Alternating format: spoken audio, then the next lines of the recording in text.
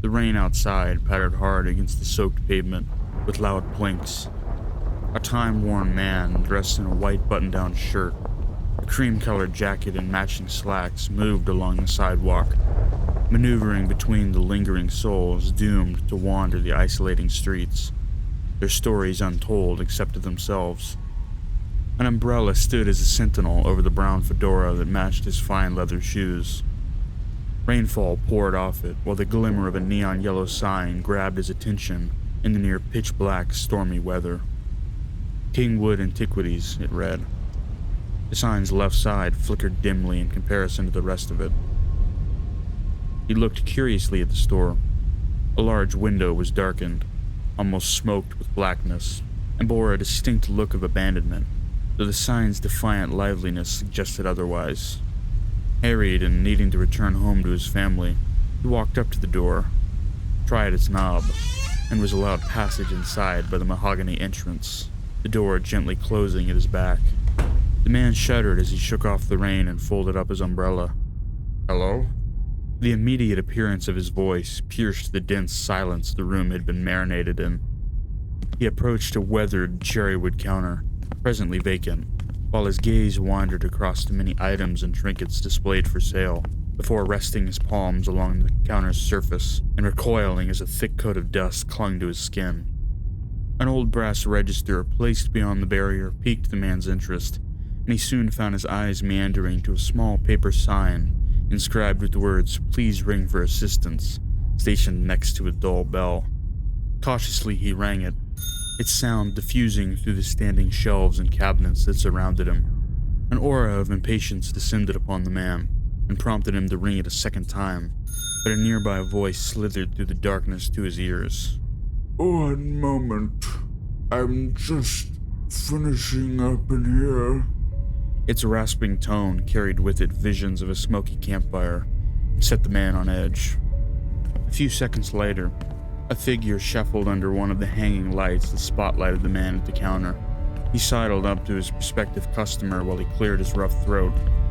"What is it that you seek from this collection?" The figure was a visibly worn down, tired old man. He was wrapped in a fraying wool sweater, with combed back strands of graying hair atop his head. Weathered skin folded over his face, partially obscuring his dark eyes.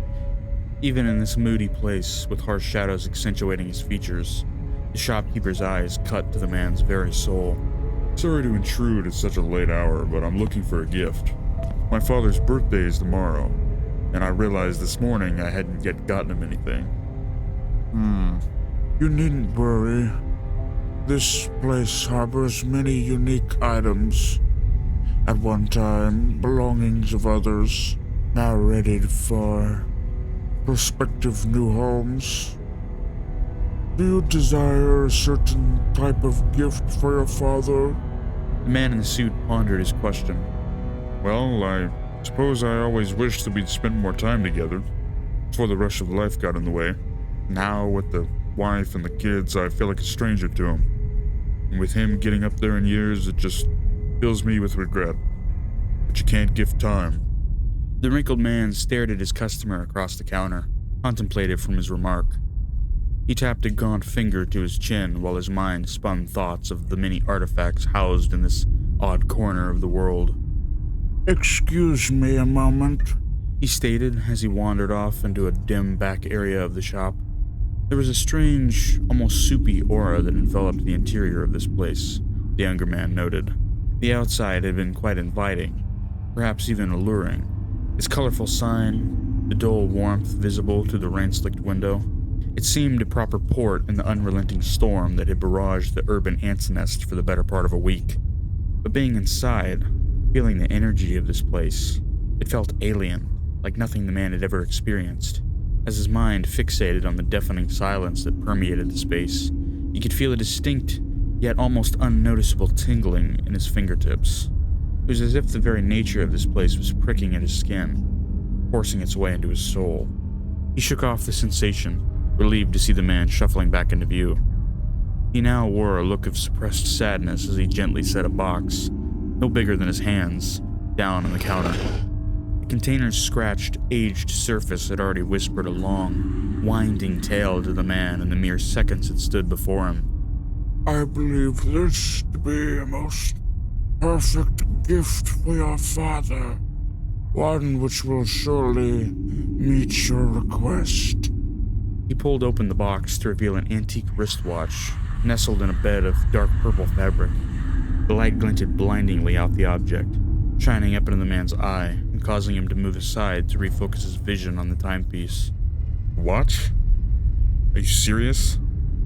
The shopkeeper looked at his customer with a dry expression. Does it even tell the time anymore? It will tell any time you'd like, I've been told. The younger man looked down at the watch, puzzled by its condition. Scratches and smooth spots adorned the silver, while flecks of patina coated the bronze inlays and accents of the device.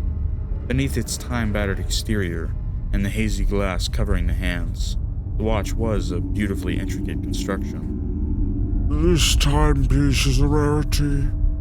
A pair of French twins, the Volos brothers, put everything they had into producing this model, the Volmir, the only watch they could ever make.